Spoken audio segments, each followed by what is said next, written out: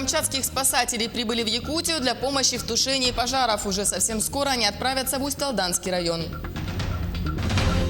В поселке Беркакит Нерюнгринского района безнадзорные собаки все еще разгуливают по улицам. И это несмотря на прошедший месячник по отлову. В Якутии началась всероссийская диспансеризация взрослого населения. Что она в себя включает, как и где можно ее пройти.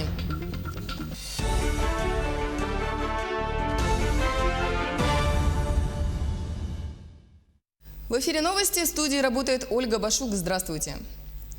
40 специалистов Камчатского спасательного центра МЧС прибыли в Якутию для помощи в тушении пожаров и усилении группировки Главного управления МЧС по региону. Они отправятся в Усть-Алданский район. Аэромобильная группировка снабжена всем необходимым. Ранее камчатские спасатели неоднократно оказывали помощь жителям Амурской области, Еврейской автономной области, Хабаровского и Приморского краев в период сложной паводковой обстановки.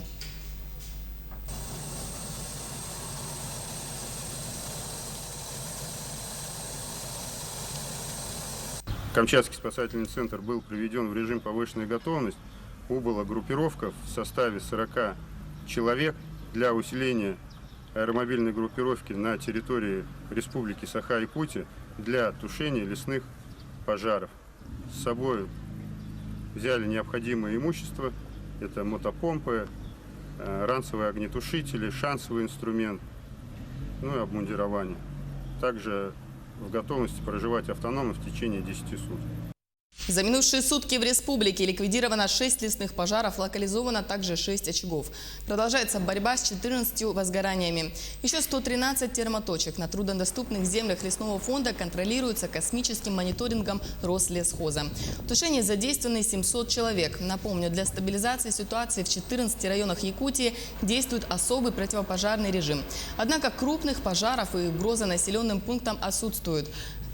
Площадь лесных пожаров составляет 0,4% от общей площади лесного фонда республики. С сегодняшнего дня в Якутии начинается выдача лицензий на добычу копытных животных, бурого медведя, соболя и рыси. Напомню, что охотники для того, чтобы получить лицензии, вставали на электронную очередь с 25 июля. За один час через интернет-портал записались 2728 человек. После записи каждому определяется точное время для приема в департамент охоты. Выдача лицензии одному человеку занимает 2,5 минуты.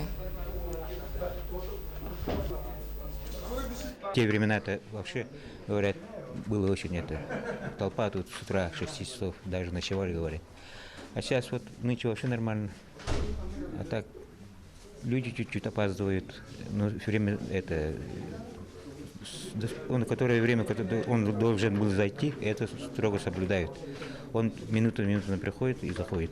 А если минута это проходит, который он опоздал, все, он уже отпадает с очереди. Недавно завершился двухмесячник по отлову безнадзорных животных, но в поселке Беркакит Нерюнгринского района проблемы остаются до сих пор. Почему уличные собаки все еще разгуливают по поселку, расскажет моя коллега Александра Цыбикова. Так как я сама проживаю в поселке Беркакит, о проблеме безнадзорных собак знаю не понаслышке. Буквально вчера вечером я возвращалась по этой тропинке домой и услышала лай. Остановилась, на тропинку выбежала 2 собаки. Одна примерно годовалый лабрадор и одна бродячий пес довольно крупного размера. Я попятилась назад, постаралась идти с ними на контакт, чтобы успокоить их, но собаки даже усилили лай и направились в мою сторону. Я попятилась назад, благо сзади меня шел мужчина и помог отогнать их. Было страшно, потому что, вот напомню ситуацию, буквально 3 года назад свора собак загрызла ребенка насмерть. О том, как проходит двухмесячник, о том, как проводятся работы по отлову безнадзорных собак, мы узнаем в администрации поселка Беркакит. Также мы узнаем, как все происходит в Нерюнгринском районе, сколько собак, все зафиксировано, и после вас будем держать в курсе. На прошлой неделе в Мирном стартовал второй поток программы «Потенциал Алроса». С помощью нее планируют оптимизировать основное производство алмазного гиганта. Подробности готова рассказать Анна Винокурова. Корпоративная целевая программа «Потенциал Алроса», как и в первый раз, будет состоять из 5 модулей. Первый модуль проекта закончился на прошлой неделе. Там молодые специалисты алмазной компании узнали, как решать изобретательские задачи. На этот раз конкурсный отбор прошли 39 участников. В прошлом году они писали там свои идеи на бумаге. Сейчас мы попросили их сделать уже такие видеосюжеты. Также они прошли, как и в прошлом году, тесты на анализ числовой, вербальной и логической информации. И потом комиссия отбирала каждого участника этой программы, тщательно просматривая результаты и видеосюжеты. По итогам 5 модулей молодые специалисты будут защищать свои проекты. В этом году тема программы – цифровизация производства. Организаторы надеются, что в этом году все проекты будут связаны именно с развитием и оптимизацией производственных процессов. С первого потока корпоративной целевой программы «Потенциал Алроса» было внедрено в жизнь 3 проекта. В прошлом году было 7 проектов от участников. Один проект сейчас реализуется на московской площадке, уже полностью разворачивается, можно сказать.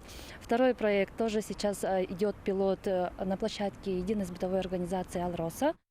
Второй модуль «Потенциала Алроса» пройдет в сентябре. Итоги корпоративной целевой программы для молодых специалистов подведут в январе следующего года. Анна Винокурова, Илья Засухин, телеканал «Алмазный край».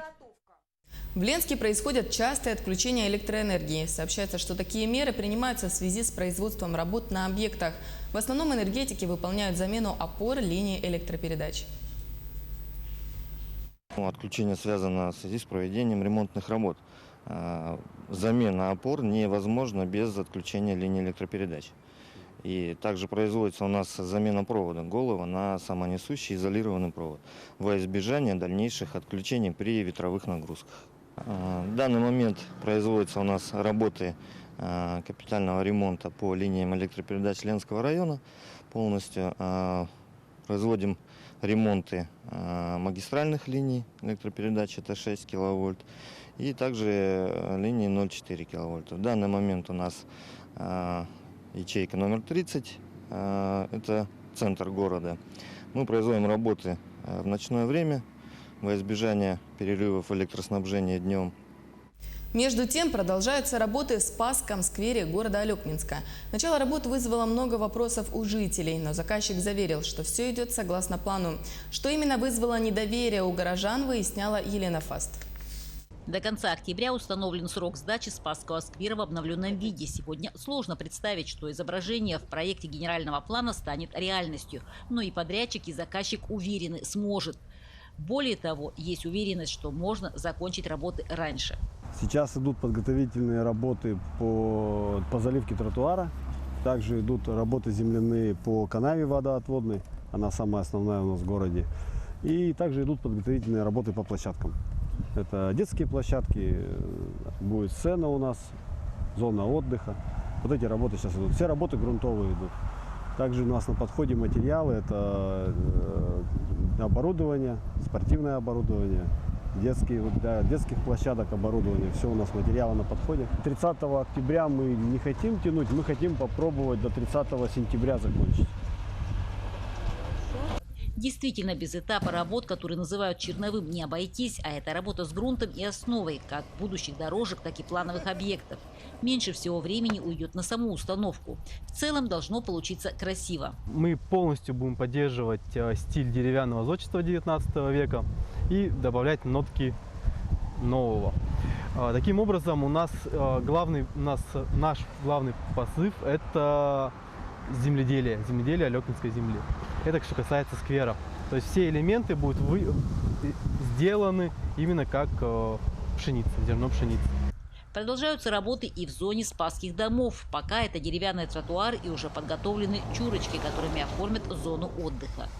Сейчас мы выкладываем тротуар доской, но там, где зоны отдыха, это где наши памятники архитектуры 19 века, будет тротуар выложен брусками деревянными, будут установлены скамейки и урны. Кстати, все большие березы сохранили и в сквере, и возле домов. Кроме них будет высажено по 150 саженцев берез и бузины в сквере и по 50 саженцев в зоне пешеходной дорожки. Елена Фаст, Алекминск. В Якутии началась всероссийская диспансеризация взрослого населения. Что она в себя включает, как и где можно ее пройти, расскажет наш корреспондент Андрей Мухоплев. Он сейчас на прямой связи со студией. Андрей, здравствуй, тебе слово.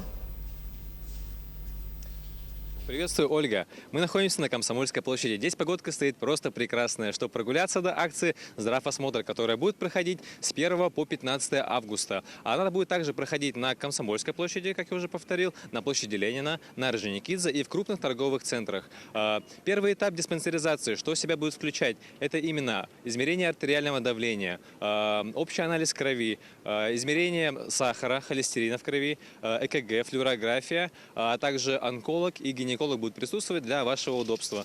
Второй этап диспансеризации будет себя включать, если же у вас на первом этапе были выявлены какие-либо недуги или проблемы, вы можете спокойно уже пройти у узких специалистов, чтобы решить ваши проблемы.